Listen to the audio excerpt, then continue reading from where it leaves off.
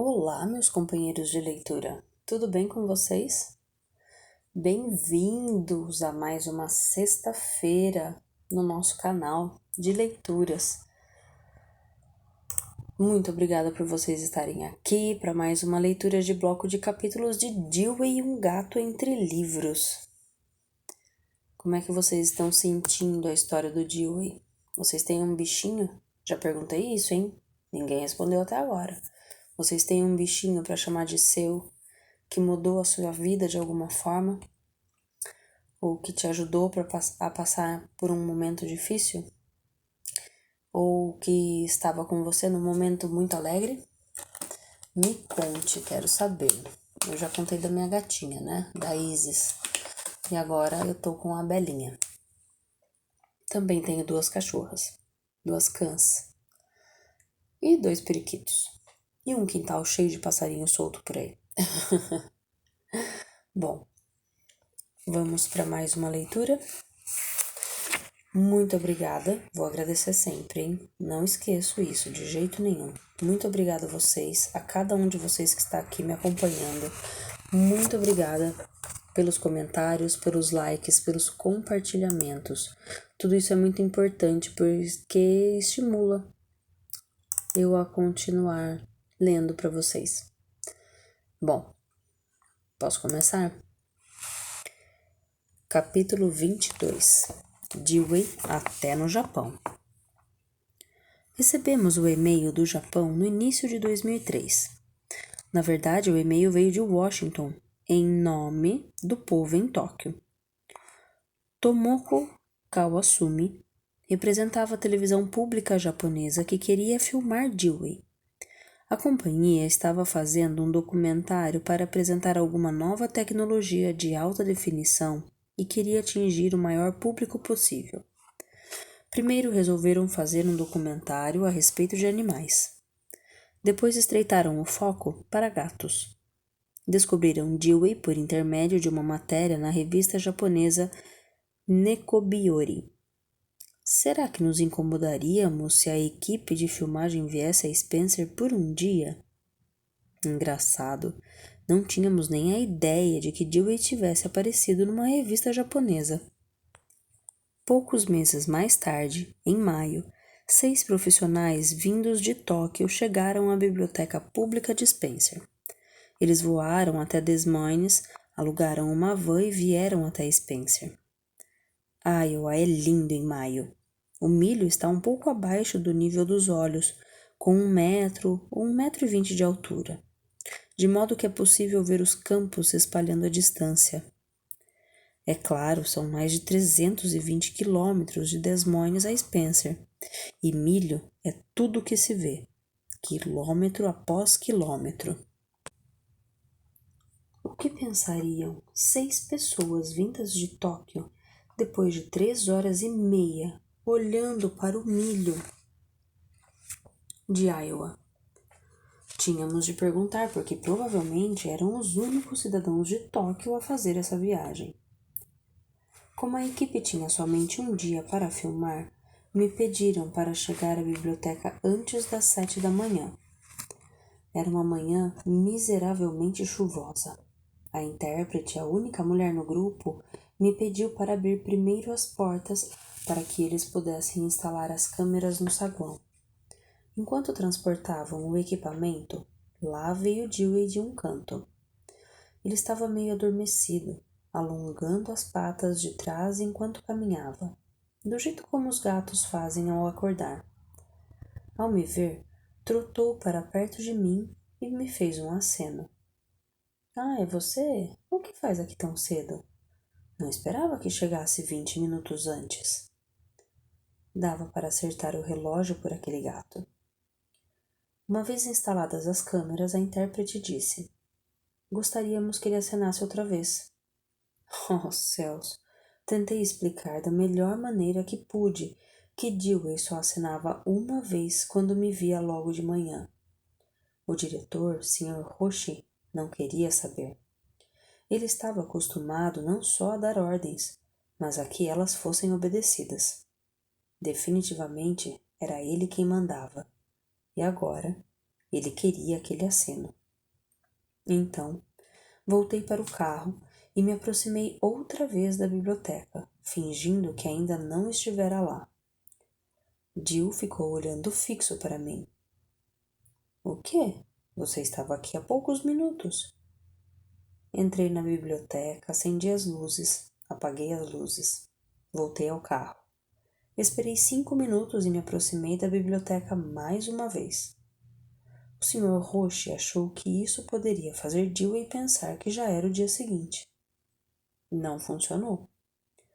Tentamos durante 1 hora obter cenas de Dewey acenando. Finalmente eu disse: Olhe, o pobre gato está aqui esse tempo todo esperando a comida dele. Eu tenho que alimentá-lo. O Sr. Roche concordou. Peguei Dewey e corri para a caixa de areia.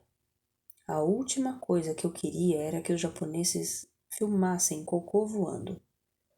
Jill aliviou-se e depois comeu o café da manhã com toda a calma. Quando ele terminou, a equipe já tinha a câmera instalada no interior da biblioteca.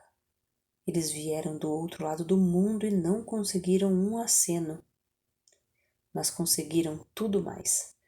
Dewey já estava com quase 15 anos e estava ficando mais lento, porém não tinha perdido seu entusiasmo por estranhos, especialmente estranhos com câmeras.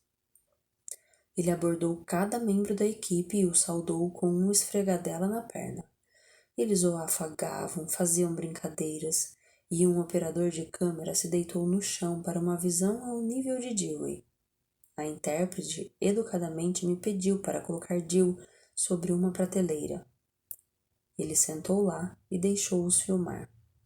Pulou de prateleira em prateleira e então ela disse: Faça com que ele caminhe pela prateleira entre os livros e pule para fora na extremidade. Só pensei: espere aí, ele é um gato e não um animal de circo treinado. E essa é uma solicitação bastante específica. Espero que vocês não tenham vindo até aqui à espera de um espetáculo, porque nem pensar que ele vai caminhar por aquela prateleira, zigue-zaguear entre os livros e pular quando mandado. Encaminhei-me para a extremidade da prateleira e chamei: Vem cá, Dewey, vem cá. Jill caminhou pela prateleira, zigue-zagueou entre os livros e pulou aos meus pés. Por 5 horas, o Sr. Roche deu ordens e Dewey obedeceu. Sentou sobre um computador, sentou sobre uma mesa. Sentou no chão com as patinhas cruzadas, olhando fixo para a câmera. Deu uma volta em seu carrinho preferido, com as patas penduradas entre as aberturas da grade de metal, completamente relaxado. Não temos tempo a perder. Vamos, vamos, vamos. Uma garotinha de 3 anos e a mãe dela concordaram em aparecer no filme. Então pus Jill na cadeirinha de balanço com elas. A menina estava nervosa, agarrava e puxava Dewey. Ele não se incomodava. Posou durante os 5 minutos inteiros de provação e nunca se esqueceu de olhar docemente para a câmera. Durante a manhã inteira, eu disse à intérprete que vinha gente dos Estados Unidos inteiro para visitar Dewey, mas não acho que o Sr. Roche tenha acreditado. Aí, logo após o almoço, entrou na biblioteca uma família vinda de New Hampshire. Isso que é momento certo. A família estivera em um casamento em Des Moines e resolvera alugar um carro para ver Dewey. Será que preciso lembrá-lo da viagem de 3 horas e meia? O Sr. Roche não largava os visitantes. Ele os entrevistou em alto grau. Gravou imagens deles filmando Dewey com a própria câmera de vídeo. Provavelmente fabricada no Japão.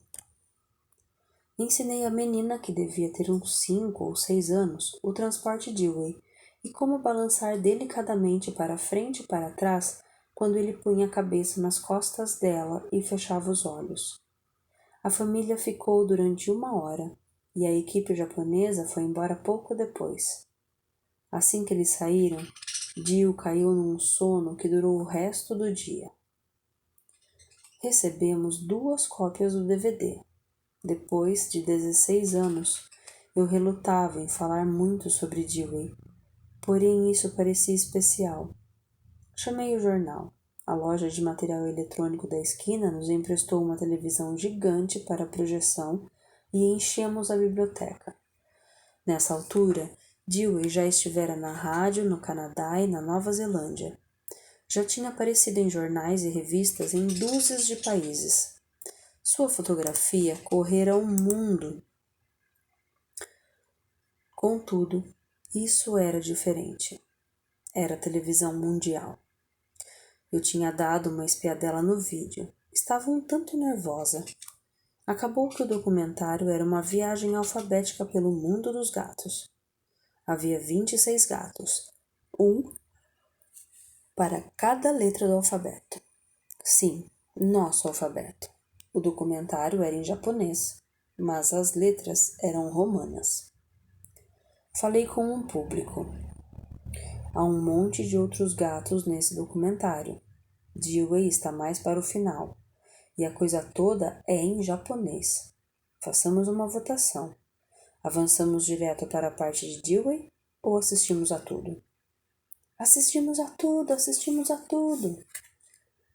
Passados 10 minutos, a multidão gritava: Avance, avance! Digamos que era exatamente chato assistir a cortes de imagens de gatos e entrevistas em japonês. Parávamos para ver gatos especialmente fofos ou cada vez que havia um norte-americano na tela. Paramos 2 vezes por esse motivo, mas uma das mulheres era britânica. No entanto, a maior parte das imagens era de japoneses e seus animais de estimação.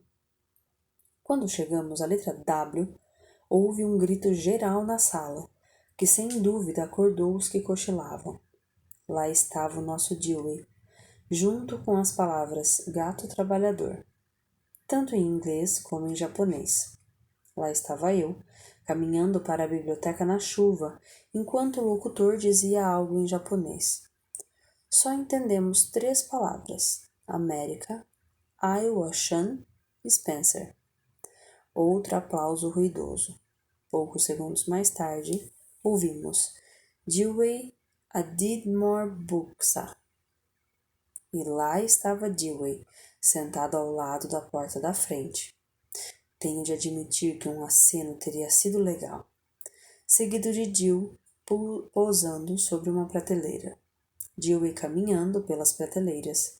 Dewey posando e posando e posando e sendo afagado por um menininho embaixo de uma mesa e posando. 1 minuto e meio tinha terminado. Nada de menininha com Dewey no colo. Nada de passeio sobre o ombro. Nada de carrinhos de livros. Nenhuma família de New Hampshire. Eles nem usaram a tomada de Dewey caminhando pela prateleira, zigue-zagueando entre os livros e pulando no final. Vieram do outro lado do mundo para 1 minuto e meio de poses. Silêncio. Silêncio aturdido. E depois, um enorme estouro de aplausos. Nosso Dewey era um astro internacional. Ali estava a prova. E daí que não tivéssemos a menor ideia do que o locutor estava dizendo? E daí se a parcela de Dewey durara pouco mais de um típico intervalo comercial? Lá estava a nossa biblioteca. Lá estava nosso Dewey. E o locutor indubitavelmente dissera América, Iowa-chan, Spencer. A cidade de Spencer jamais esqueceu aquele documentário japonês. Talvez não o conteúdo. Temos 2 cópias para empréstimos na biblioteca, mas ninguém pede por elas. Gato de livros é muito mais popular. Entretanto, o fato de que uma equipe cinematográfica tenha vindo de Tóquio até Spencer é uma coisa que nunca vamos esquecer. A estação de rádio e o jornal locais publicaram longas matérias e durante meses veio gente à biblioteca para falar a respeito. Como era a equipe? O que eles fizeram? Onde eles foram enquanto estavam na cidade?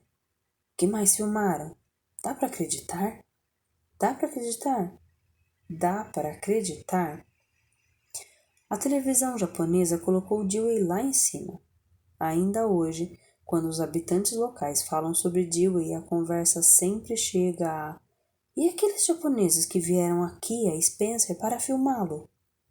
O que mais precisa ser dito? Os residentes de Spencer não são os únicos a recordar o documentário. Depois que ele foi ao ar, recebemos diversas cartas do Japão e 40 pedidos de cartões postais de Dewey. O website da nossa biblioteca registra a origem dos visitantes. E todos os meses, desde o verão de 2004, o Japão tem sido o segundo país de origem, depois apenas dos Estados Unidos. Mais de 150 mil visitantes em 3 anos. Por algum motivo, não acho que estejam interessados em retirar livros. A invasão japonesa não foi a única coisa especial que aconteceu durante o verão de 2003, pelo menos para mim. No ano anterior, Scott pedira a mão de Jodie na noite de Natal, na casa dos meus pais. Ela pediu para eu me encarregar das flores e da decoração, já que aqueles eram meus hobbies. No entanto, havia algo que me incomodava. Minha irmã Val era a dama de honra de Jodie, e eu sabia que as duas discutiam sobre vestidos. Eu não tive a oportunidade de escolher meu próprio vestido de noiva. Uma moça em Hartley desistira do casamento no último minuto, e mamãe comprou o vestido para mim. Eu queria mais do que tudo ajudar Jodie a escolher o vestido de noiva. Queria que fosse um vestido especial. Queria fazer parte do processo. Liguei para Jodie e disse: durante toda a minha vida sonhei em ajudá-la a escolher o seu vestido de noiva. Val tem 2 filhas. Ela vai ter a oportunidade dela. Eu adoraria fazer isso com você, mamãe. Meu coração foi parar na garganta. Dava para eu perceber pelo tremor na voz de Jodie que ela sentia a mesma coisa. Somos ambas bobas sentimentais. Mas também sou prática. Limite suas escolhas. Quando encontrar uma dúzia de que goste, vou aí para ajudá-la na decisão final. Jodie jamais conseguia se decidir a respeito de roupas. Ela guardava a maior parte delas nas caixas originais, porque quase sempre as devolvia. Jodie morava a mais de 3 horas de distância, em Omaha, Nebraska, e eu não queria me matar fazendo aquela viagem todos os fins de semana durante os 6 meses seguintes. Jodie procurou vestidos com as amigas. Depois de alguns meses, fui a Omaha para ajudá-la a tomar a decisão final. Não conseguíamos nos decidir, até que encontramos um que ela não tinha experimentado. Assim que a vimos dentro daquele vestido, soubemos. Jodie e eu entramos juntas no vestiário e choramos. Fomos às compras juntas uns meses mais tarde e ela escolheu um vestido lindo para mim. Depois me ligou e disse: acabo de comprar um vestido para a vovó. Engraçado, disse a ela. Eu estava em Des Moines a serviço da biblioteca e também comprei um vestido para ela. Quando nos encontramos, constatamos que tínhamos comprado o mesmo vestido para a mamãe. Rimos muito com essa história. O casamento foi em julho, na Igreja Católica St. Joseph, em Milford, Iowa. Jodie planejou o casamento de Omaha e eu fiz o trabalho de campo. Minhas velhas amigas de Mankato, Trudy, Barbie, Faith e Idel, vieram alguns dias antes da cerimônia para me ajudar com os arranjos. Jodie e eu éramos perfeccionistas. Não queríamos uma flor fora do lugar. Trudy e Barbie estavam uma pilha de nervos quando decoramos a garagem de mamãe e papai para a recepção. Mas fizeram um trabalho magnífico. Quando terminaram, nem parecia uma garagem. No dia seguinte, decoraram a igreja e o restaurante para o jantar de ensaio. Havia 37 convidados no casamento, apenas familiares e amigos próximos. Minhas amigas não foram à cerimônia. Elas ficaram na sala dos fundos, aquecendo as borboletas. Elas deveriam ser mantidas em gelo, com movimentação em suspenso, depois aquecidas e acordadas 15 minutos antes de serem chamadas a voar. Faith chamou a si própria de BBBB, The Beautiful Big Bobbed Butterfly Babysitter, a grande linda babá idiota de borboletas. Porém, encarou a tarefa com seriedade. Estava tão nervosa por causa das borboletas que na noite anterior ao casamento levou-as para a casa de Trudy em Worthington, Minnesota, a 1 hora de distância, e as manteve ao lado de sua cama. Quando os convidados saíram do casamento, o pai de Scott entregou a cada um deles um envelope. Meu irmão Mike, que estava de pé ao lado da noiva, imediatamente começou a apertá-lo. Jodie lançou-lhe um olhar. — O quê? Disse Mike. — Está vivo? Bom, estava. Eu já tinha lido a lenda das borboletas que não têm voz. Quando soltas, elas se elevam ao céu e cochicham seus desejos para Deus. Assim que os convidados abriram os envelopes, borboletas de todos os tamanhos e cores voaram para um lindo céu azul claro. Um sussurro de Deus à distância. A maior parte desapareceu no vento. 3 pousaram no vestido de Jodie.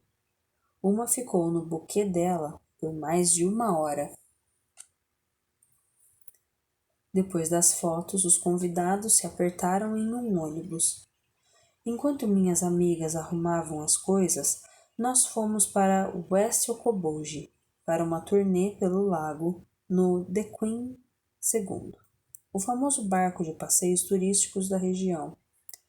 Depois, Jodie e Scott resolveram dar uma volta na roda gigante de Arnold Park, a mesma que reluzira na noite que mamãe e papai se apaixonaram ao som de Tommy Joe Dorsey no Roof Garden, tantas décadas antes.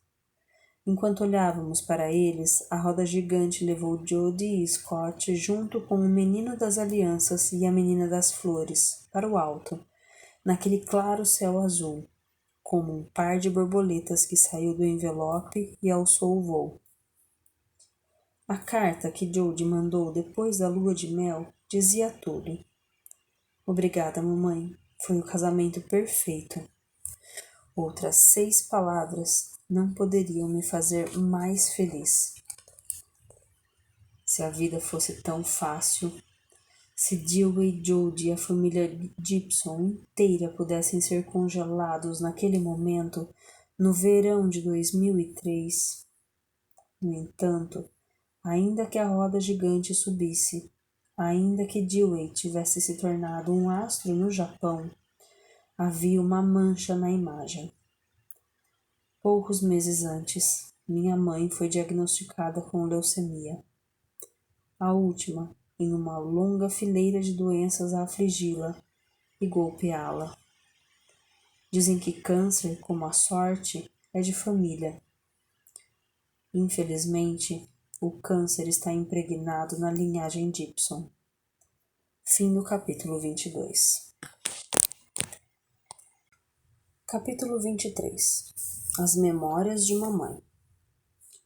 Em 1976, meu irmão Steven foi diagnosticado com a fase 4 de um linfoma não Hodgkin, a forma mais avançada de um câncer letal. Os médicos deram a ele 2 meses de vida. Ele tinha 19 anos. Steven lidou com o câncer com mais dignidade que qualquer outra pessoa que eu tenha conhecido. Lutou contra ele, mas não desesperadamente. Além disso, viveu a vida dele. Nunca perdeu o sentido dele mesmo. No entanto, o câncer estava em seu peito e os médicos não conseguiam vencê-lo. Derrubaram-no, porém, ele voltou.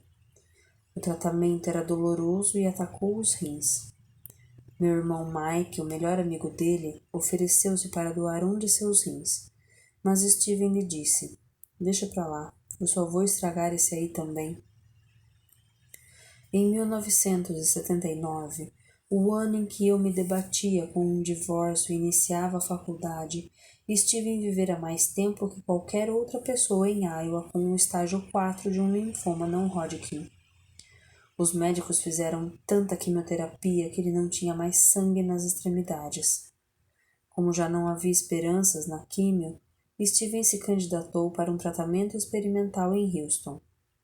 Estava marcado para começar em janeiro e antes da viagem ele queria um Natal Gibson completo, sem restrições. Steven queria o clam chowder, sopa de mexilhões, de papai, que ele sempre fazia na ceia de Natal. Pediu que eu fizesse suas pipocas carameladas favoritas.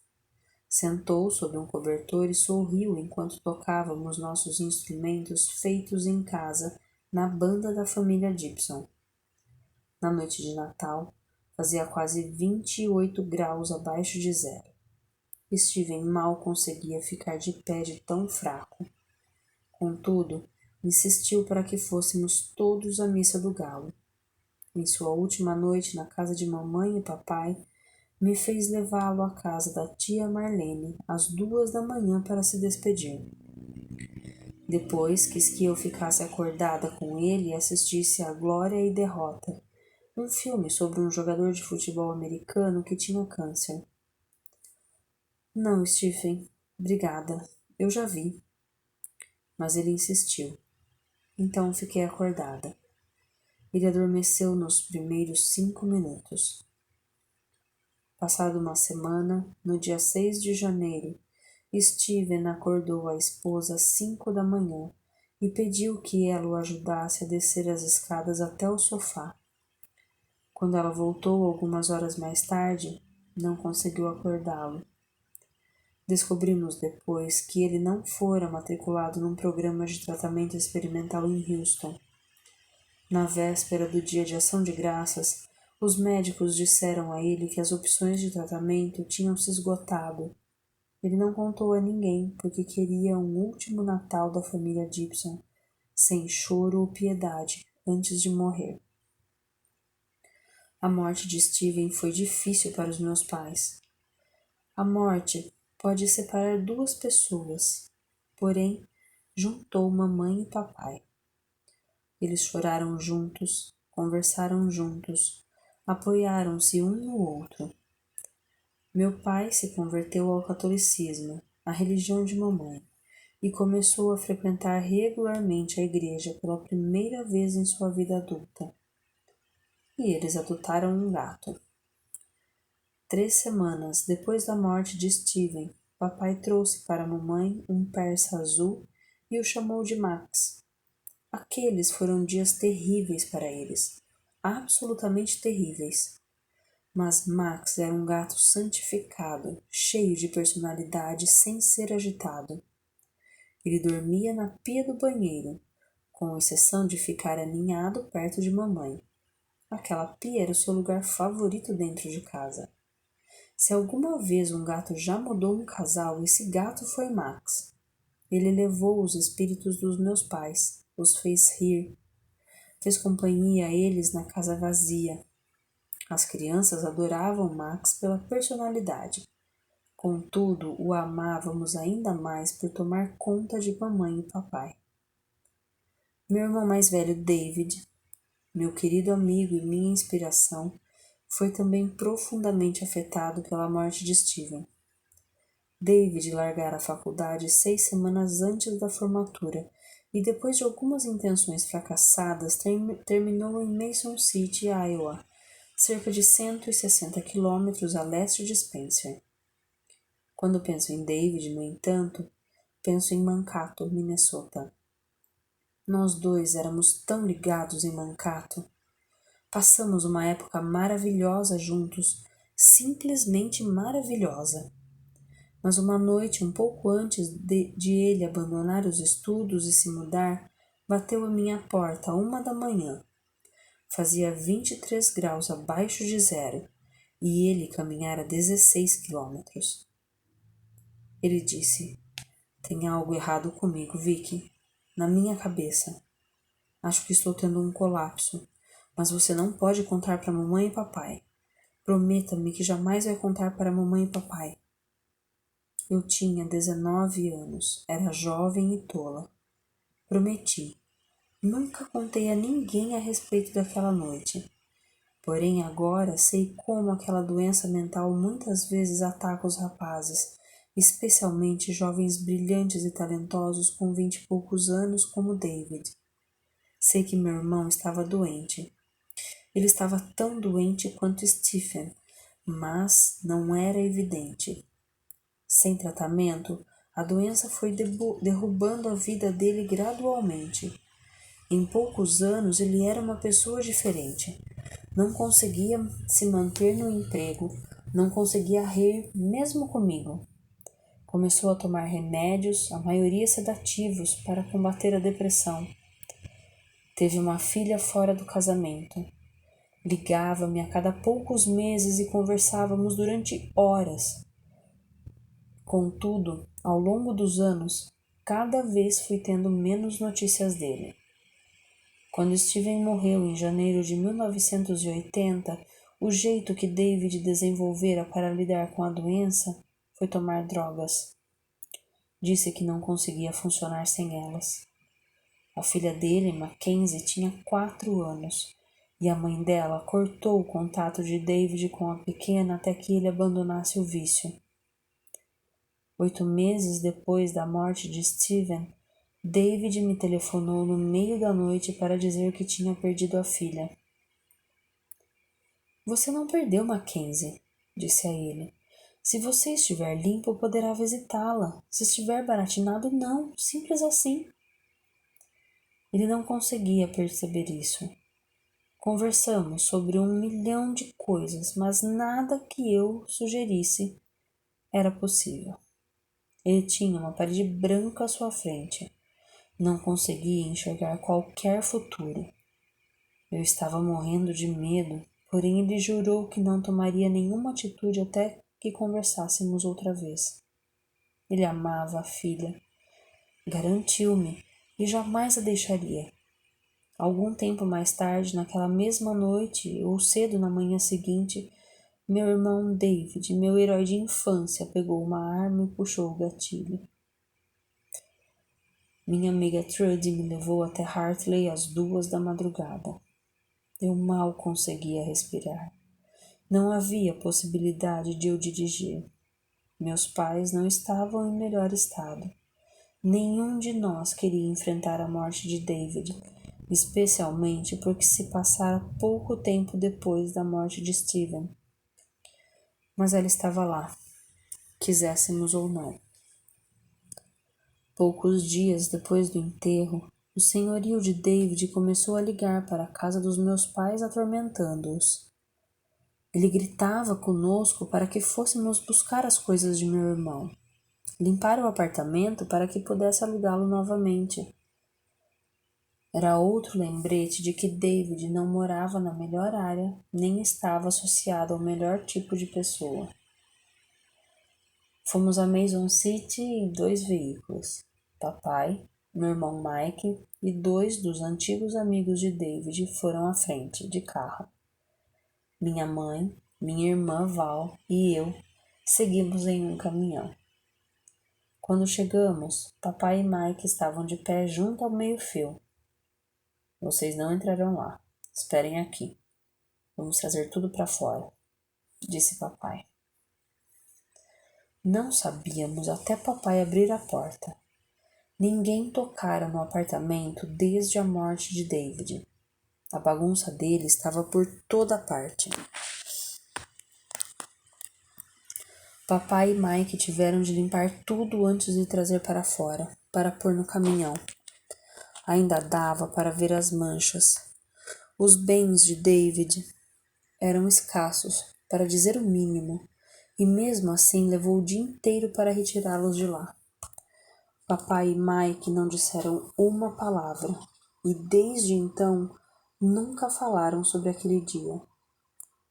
Quando eu lhes disse que estava escrevendo esse livro, papai me pediu para não mencionar David. Não era vergonha ou sigilo. Havia lágrimas em seus olhos. Mesmo passado esse tempo todo, é muito doloroso para ele falar sobre o assunto. Entretanto, é preciso falar. 2 semanas depois da morte de David, era hora de operar Max. O veterinário deu o anestésico e saiu por 10 minutos para dar tempo de fazer efeito. Infelizmente, não chegou a retirar a água da gaiola. A tigela só continha 1,5 centímetros de água. Porém, Max caiu nela e se afogou.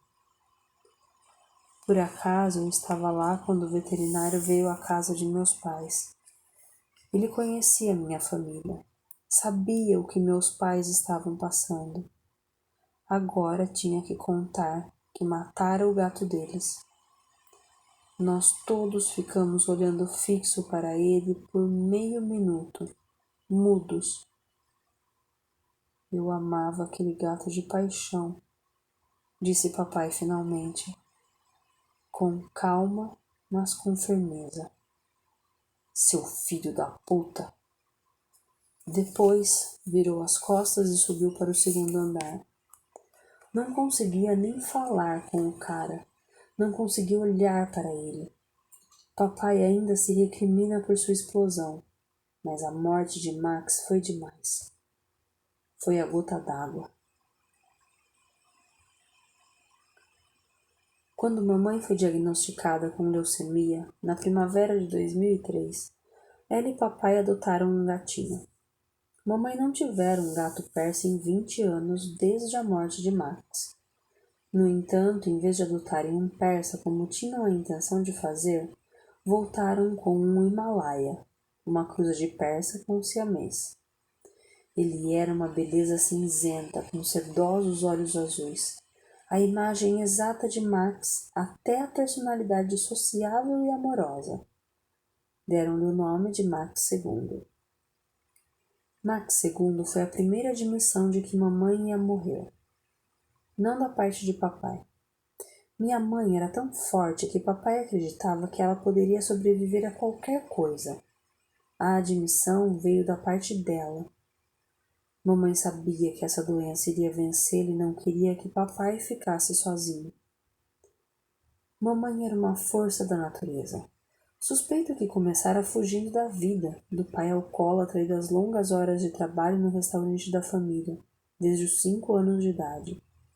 Quando minha avó se divorciou, ela e mamãe arranjaram empregos em uma loja de roupas femininas. Essa era a vida dela, seu futuro, até conhecer papai. Depois que conheceu Verlin Gibson, Marie Mayhew deu meia volta e passou todos os momentos correndo em direção à vida. Minha mãe e meu pai amavam-se profundamente. O amor deles era tão grande que não pode ser contido neste ou em qualquer livro. Eles amavam os filhos, amavam cantar e dançar, amavam os amigos, a cidade deles, a vida deles, adoravam comemorações, davam festas a cada realização ao marco. Mamãe levantava cedo para cozinhar e ficava de pé até as 3 da manhã, depois que todo mundo tinha ido embora. Às 6 da manhã seguinte começava a limpeza. Às 8, a casa estava impecável. A casa de mamãe era sempre impecável. Mamãe teve um diagnóstico de câncer de mama no início dos anos 1970. Os médicos não lhe deram chance de vida. Contudo, ela venceu. Não venceu uma, mas 5 vezes. 2 vezes em uma mama e 3 na outra. Venceu isso tudo com muita força e fé. Minha amiga Bonnie e eu costumávamos chamar mamãe de a católica número 2 do mundo. Quando Jodie tinha 8 anos, ela e eu estávamos andando de bicicleta em Hartley quando, por acaso, passamos pelo pequeno prédio que costumava abrigar a Igreja Católica St. Joseph. Mamãe fizera parte do comitê de planejamento para o novo prédio. E as 2 árvores da frente foram plantadas em memória de Stephen e David. Jodie olhou para o velho prédio de madeira e disse: Mamãe, a vovó era tão vidrada na igreja quando você estava crescendo quanto ela é hoje? Era, sem dúvida era. A fé de mamãe vinha da igreja, porém a força vinha de dentro. Ela simplesmente não cedia a nada, nem à dor, nem ao cansaço, nem ao sofrimento. Quando mamãe lutou contra o terceiro acometimento de câncer de mama, a madrasta dela, Lucille, a levou todos os dias a Sioux City, 4 horas de ida e volta, durante 8 semanas. O tratamento por irradiação naquela época era muito pior que o de hoje. Eles basicamente detonavam a pessoa até que o corpo não aguentasse mais. Mamãe ficou inteiramente queimada. Tinha uma ferida aberta do tamanho de uma panqueca grande embaixo do braço e estava tão destruída que papai ficava fisicamente doente quando trocava o curativo. Depois de mais de 20 anos em Hartley, meus pais iam se mudar para uma casa no lago. Papai queria adiar a mudança, mas mamãe não quis nem saber. Ela voltava de Sioux City para casa todas as noites. Fazia o jantar, limpava e depois empacotava caixas até cair de sono, morta de cansaço. No meio do tratamento por irradiação, ela organizou um leilão para vender a maior parte dos bens que ela e papai tinham reunido durante a vida. O leilão levou 2 dias, e mamãe estava lá para dizer adeus até a última colher. Minha mãe me educou para ter esse tipo de força. Ela sabia que não há promessas na vida. Mesmo quando as coisas iam bem, elas nunca eram fáceis. Mamãe criou seus 6 filhos e não havia um banheiro dentro de casa ou água encanada até o nascimento do quinto, minha irmã Val. Ela tinha uma energia ilimitada, porém o tempo era limitado. Tinha obrigações, refeições para preparar, uma casa cheia de crianças, seu negócio de galinhas e ovos e uma comunidade inteira de crianças locais que a consideravam uma mãe. Ela nunca deu as costas a nenhuma delas. Se uma criança precisasse de uma refeição, ela sentava conosco à mesa. Se uma família estava lutando com dificuldades e ela sabia que o caçula gostava de manteiga de amendoim, o pote de manteiga de amendoim desaparecia da nossa despensa. Tinha um lugar no coração para todo mundo, o que não deixava muito tempo livre para qualquer um isoladamente. A maior parte do tempo que passei com mamãe enquanto eu crescia era de trabalho ao seu lado. Eu era o alter ego dela, sua outra metade, ao mesmo tempo um tesouro e uma carga. Quando minha irmã Val chegou em casa depois da morte de Steven, mamãe e papai correram para abraçá-la e todos choraram juntos. Quando eu cheguei, papai me abraçou e chorou. Mamãe me abraçou e disse: "Não chore, você tem que ser forte." Mamãe sabia que se eu conseguisse ser forte, ela também seria, e eu sabia o que se esperava de mim. Mamãe me dizia o tempo todo que me amava. Nunca houve dúvidas quanto a isso. Papai era o sentimental, enquanto mamãe demonstrava seu amor por meio do orgulho. Ela chorou em minha colação de grau na faculdade quando viu minha faixa de honra no Summa Cum Laude. Estava orgulhosa de mim por ter chutado os grilhões, ficado de pé e caminhado. Aquela era a filha dela adulta e, de certo modo, era ela ali também, formada na faculdade com honras. Papai não pôde ir à minha formatura porque estava trabalhando. Assim, para comemorar minha graduação, meus pais deram uma festa para 200 pessoas em Hartley. Papai trabalhou durante um mês para me fazer um avental com 100 notas de $1. $100 era muito dinheiro para os meus pais. Naquela época, você se considerava rico se tivesse 2 notas de $5 ao mesmo tempo. Eu adorava aquele avental. Representava o amor e o orgulho de papai, exatamente como as lágrimas de mamãe. No entanto, eu era tão pobre que ele só durou uma semana antes de eu desmanchá-lo e gastá-lo.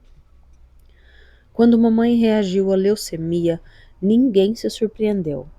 Ela sobrevivera ao câncer de mama 5 vezes e era uma batalhadora. Ficou em tratamento por irradiação durante anos, mas isso nunca a prostrou. Quando a irradiação parou de funcionar, ela mudou para a IgG, imunoglobulina, que consiste em injeções de parte do sistema imunológico de outra pessoa em seu corpo. Ela passava bem durante alguns períodos, contudo ficou claro que daquela vez ela não iria vencer. Já tinha quase 80 anos e sua força diminuía. Mamãe quis uma enorme festa de aniversário de casamento, para o qual ainda faltavam vários meses. As maiores festas na nossa vida eram as de aniversário de casamento de mamãe e papai. Os 4 filhos restantes se encontravam.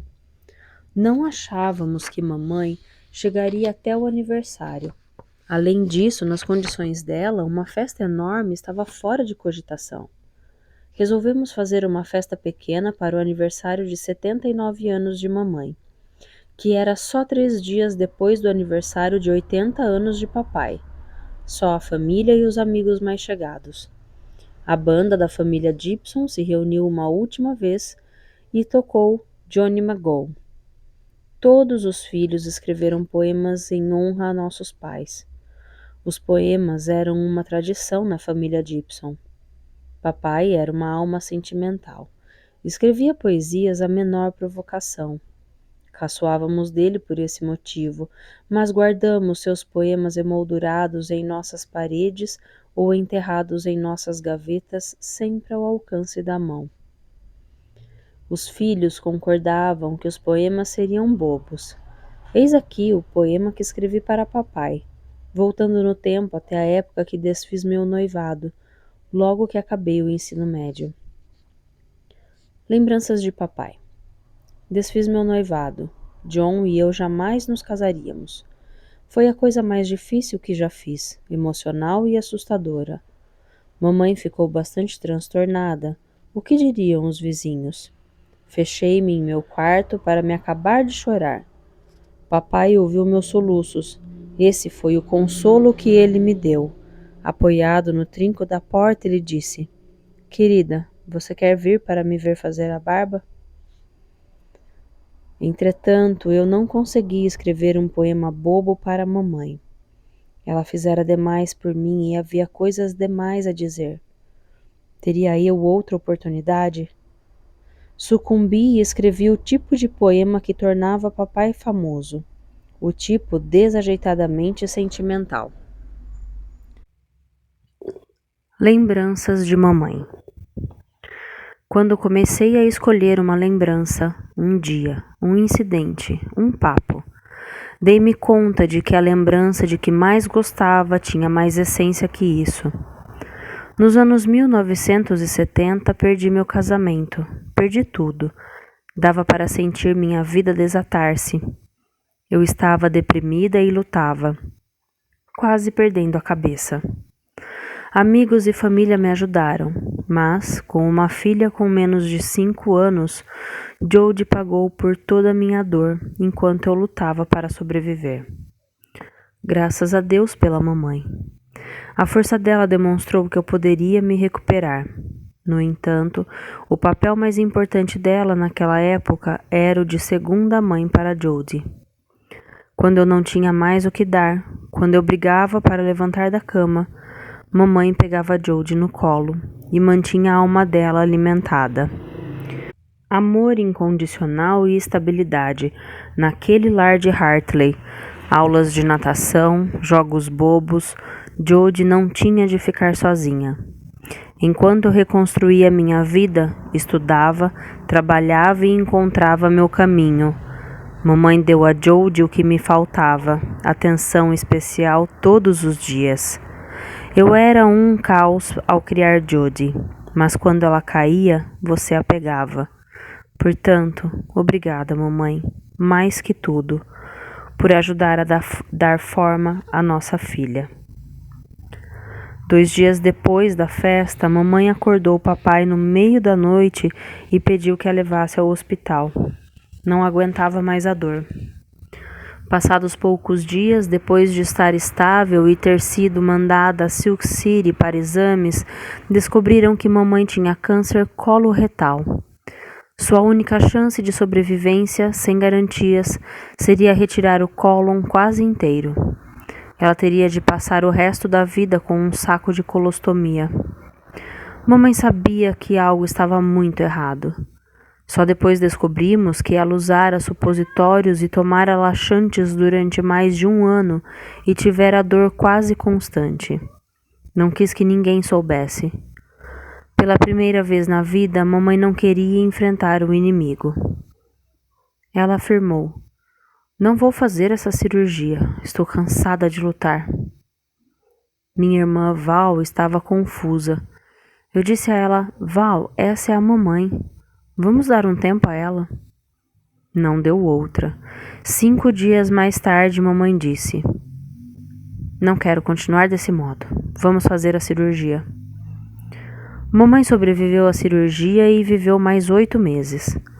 Não foram meses fáceis. Trouxemos mamãe para casa e Val e papai cuidaram dela 24 horas por dia. Val foi a única que aprendeu a lidar com os sacos de colostomia. Até a enfermeira não conseguia trocá-los tão bem. Eu vinha todas as noites e fazia o jantar para eles. Não ficou nada por dizer. Não houve riso que não tivéssemos partilhado. Ela entrou em coma, perto do fim. Mas mesmo assim eu sabia que podia me ouvir. Ouvia a todos nós. Nunca estava afastada demais. Morreu como viveu, em seus próprios termos, com a família a seu lado. No verão de 2006, poucos meses depois da morte de mamãe, coloquei uma pequena estátua do lado de fora da biblioteca das crianças, em homenagem a ela. A estátua representa uma mulher segurando um livro, pronta para ler para a criança que grita ao seu lado. Para mim, essa estátua é a minha mãe. Ela sempre tinha algo a dar. Fim do capítulo 23. Capítulo 24. A dieta de Dewey. Papai diz que Max II, seu amado Himalaia, vai sobreviver a ele. Encontra consolo nessa certeza. Entretanto, para a maioria de nós, viver com um animal significa que vamos ter a experiência da morte dele. Nossos animais não são filhos, eles raramente sobrevivem a nós. Eu vinha me preparando mentalmente para a morte de Dewey desde que ele estava com 14 anos. Seu problema de cólon e os arranjos de moradia pública faziam, de acordo com o Dr. Esterly, com que fosse pouco provável que ele vivesse mais de 12 anos. Porém, Dewey tinha aquela rara combinação de genética e postura. Quando chegou aos 17 anos, eu já quase parara de pensar em sua morte.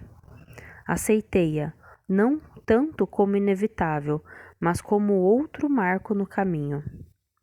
Como eu não sabia a localização do marco ou a aparência dele quando chegássemos lá, por que gastar tempo me preocupando com ele?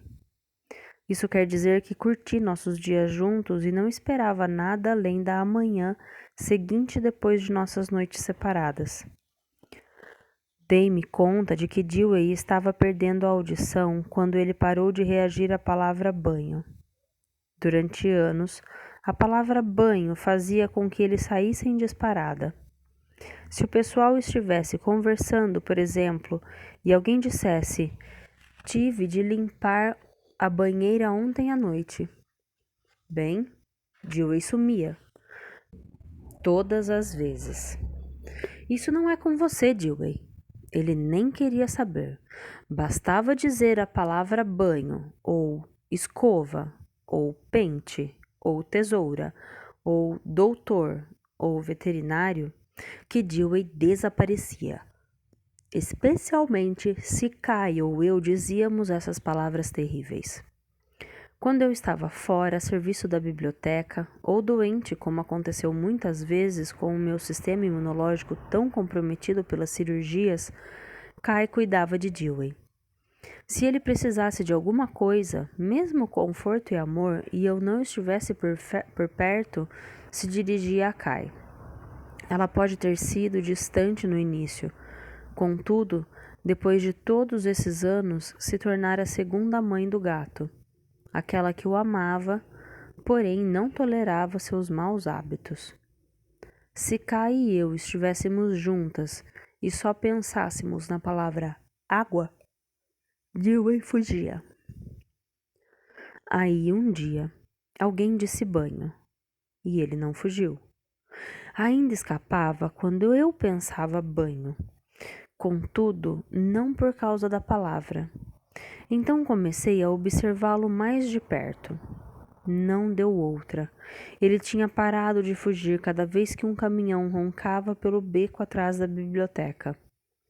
O som da porta dos fundos se abrindo costumava fazê-lo correr para farejar as caixas que chegavam.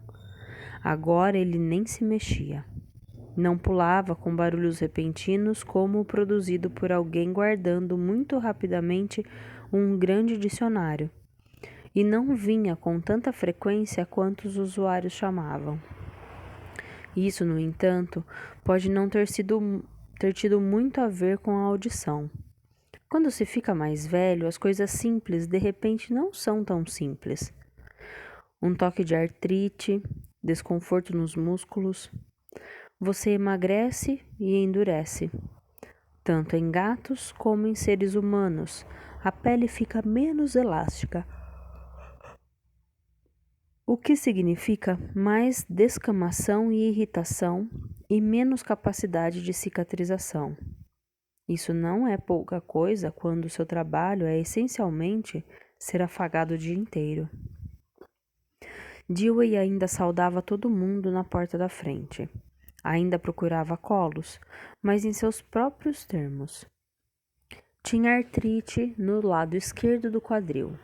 Então, encontrões no lugar errado ou pegá-lo de mau jeito faziam com que saísse mancando de dor. Cada vez mais, no final da manhã e à tarde, ele sentava na mesa de circulação, onde ficava protegido pelos funcionários. Tinha suprema confiança em sua beleza e popularidade. Sabia que os usuários viriam até ele. Tinha uma aparência majestosa, um leão supervisionando seu reino. Até sentava como um leão, com as patas cruzadas à frente e a traseira por baixo do corpo, o modelo digno e gracioso. A equipe começou discretamente a sugerir que os frequentadores fossem delicados com Dewey, mais atentos ao conforto dele. Joy, que passava a maior parte do tempo na frente da biblioteca com os usuários, passou a defendê-lo bastante. Como muitas vezes ela trazia seus sobrinhos para verem Dewey, mesmo em seus dias de folga, sabia como as pessoas podiam ser brutas. Agora Dewey prefere um afago delicado na cabeça, avisava. Até as crianças do ensino fundamental compreenderam que Dewey era agora um velhinho e se mostraram muito sensíveis às necessidades dele. Elas eram da segunda geração de crianças de Spencer, os filhos das crianças que Dewey conhecera quando era um gatinho. Assim, os pais se certificavam de que seus filhos se comportassem bem. Quando as crianças o tocavam com delicadeza, Dewey se apoiava contra as pernas delas ou, se estivessem sentadas no chão, se acomodava em seus colos. Entretanto, ele era mais cuidadoso do que antes, e barulho alto ou afagos rudes frequentemente faziam com que fosse embora. Tudo bem, Dewey, o que você precisar. Depois de anos de tentativa e erro, finalmente encontramos uma cama aceitável para nosso gato enjoado.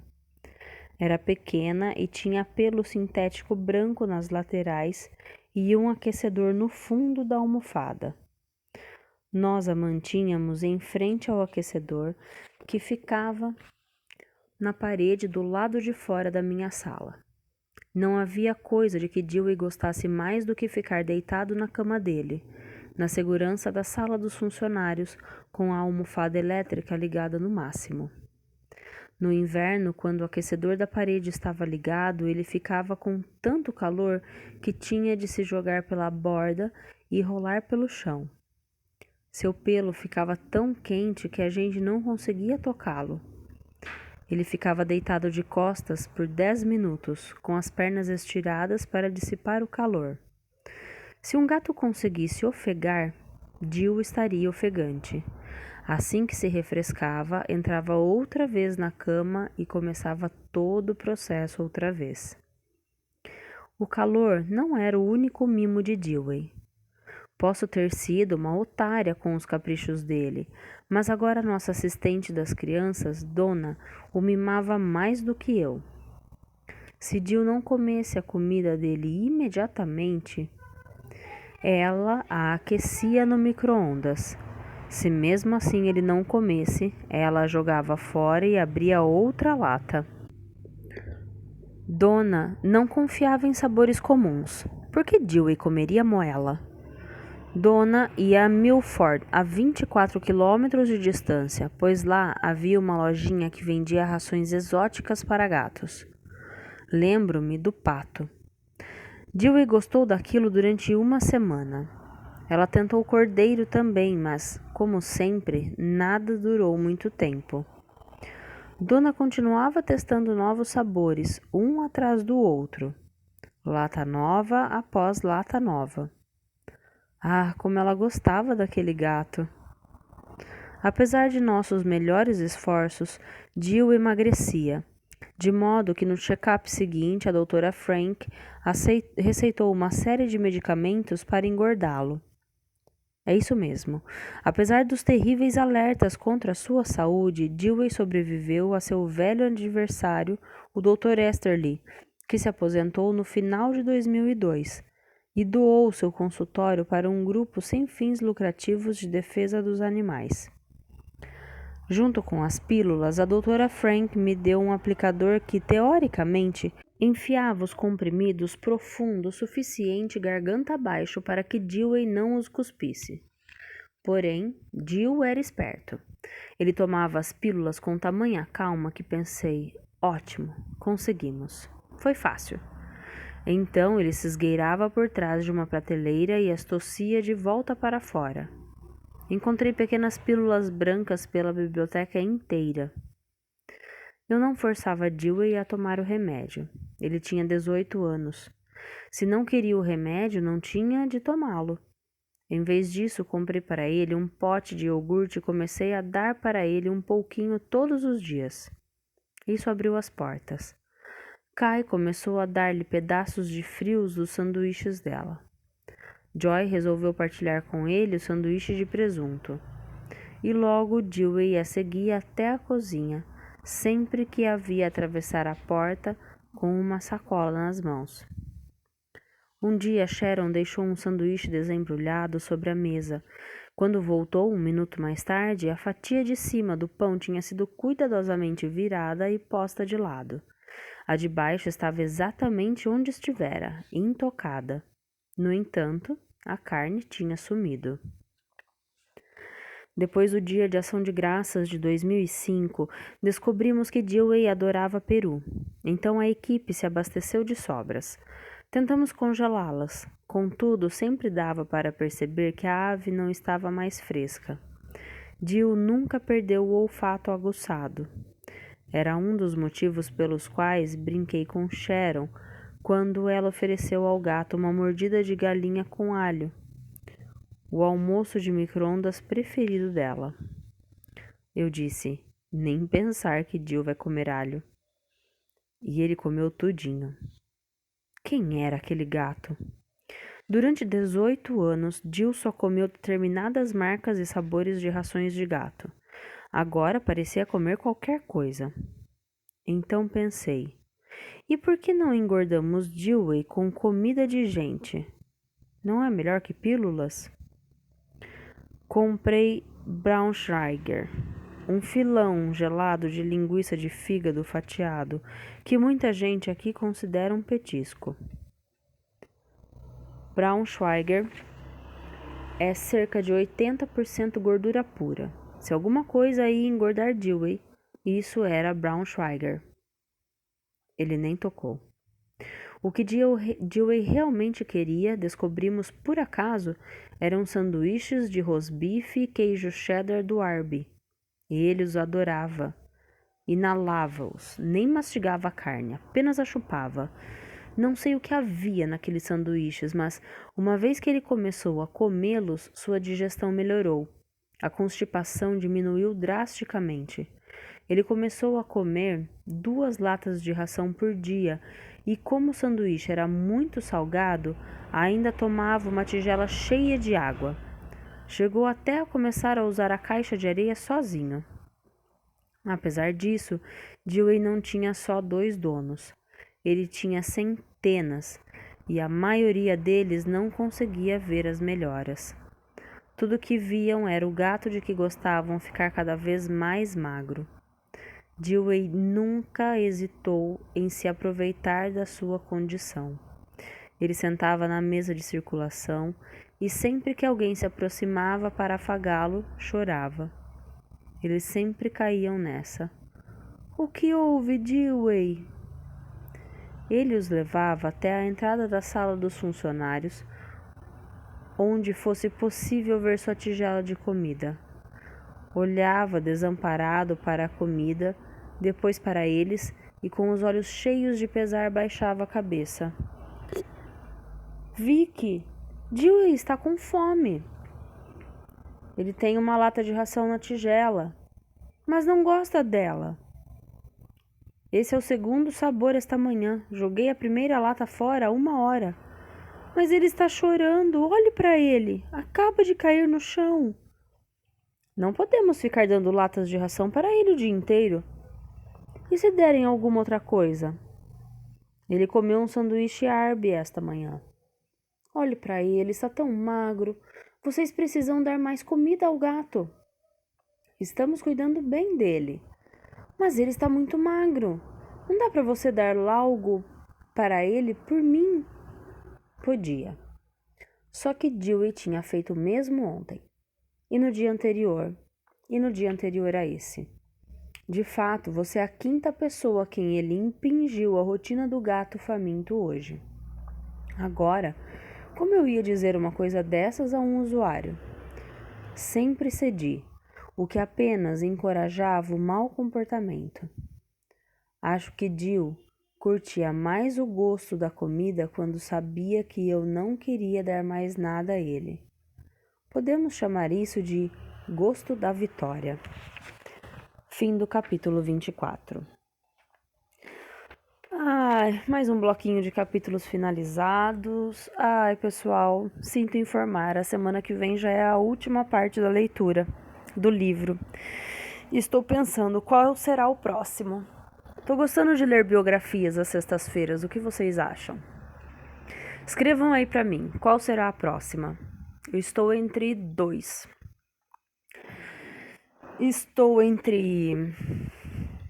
Vou dar uma semana pra vocês, hein? Até semana que vem só. Até quarta-feira, até o dia do Ramsés.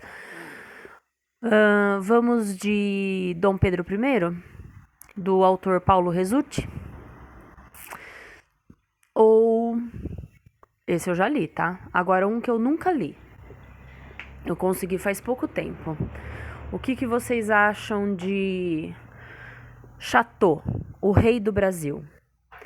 É a biografia de Assis Chateaubriand, o pai da nossa televisão, o rei da televisão brasileira. Até quarta-feira, hein? Quero saber. Dom Pedro I ou Assis Chateaubriand? Deixem aí nos comentários pra mim. Um grande beijo pra vocês, um ótimo final de semana. Até quarta-feira. Tchau!